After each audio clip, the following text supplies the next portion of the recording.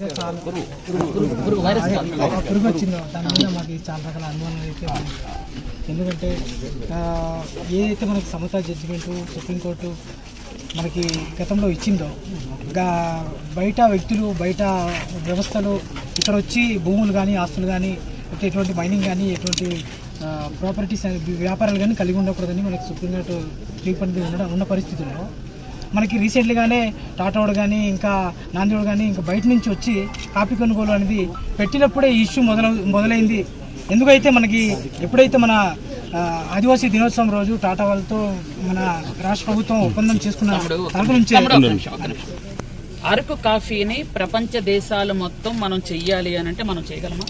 నువ్వు కానీ నేను కానీ ఒక్క నిమిషం తమ్ముడు, టాటా వాళ్ళు కానీ నాంది వాళ్ళు కానీ ఏ గ్రూప్ అవని కానీ, ఎందుకంటే మనం డెవలప్ అవ్వాలి, ఫైనాన్షియల్గా డెవలప్ అవ్వాలి, మన అరకు ప్రాంతం పాడేరు ప్రాంతం అంతా డెవలప్ అవ్వాలి అని అంటే ఇప్పుడు ఏదైనా ఇప్పుడు ఒక్క నిమిషం మనం వరి పండిస్తున్నాం, కాఫీ పక్కన పెట్టు, వరి పండిస్తున్నాం, వరి మనమే అది పండించింది మనమే మిల్లులు తీసుకెళ్ళి బియ్యం తీసుకొచ్చి మొత్తం మనమే తినేస్తామా లేకపోతే ఎవరికైనా అమ్ముతామా? అమ్ముతున్నామా? ఒక్క నిమిషం నాన్న తమ్ముడు చెప్పు, అమ్ముతున్నామా లేదా? అమ్ముతున్నాం కదా. అమ్మడం ఎవరు? మన తమ్ముడికి ఆమెకు అమ్ముతామా వేరే వాళ్ళకి అమ్ముతామా కదా? ఎందుకంటే మనం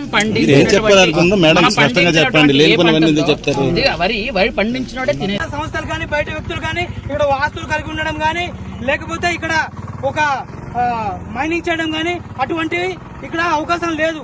అలాంటప్పుడు ఈ రాష్ట్ర ప్రభుత్వం ఒక నాందికి కానీ ఒక టాటాకి కానీ ఇంకొక సారకు కానీ ఏ విధంగా ఇక్కడ కాపీ కొనుగోలుకి ఇక్కడ అవకాశం ఇచ్చింది?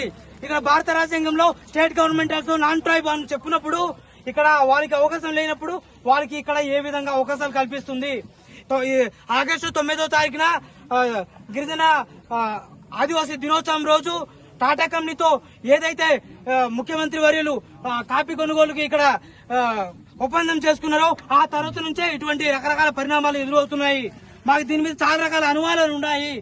ఏంటంటే అనుమానం, ఈ వైరస్ అనేది తానంతరా అది పుట్టదు.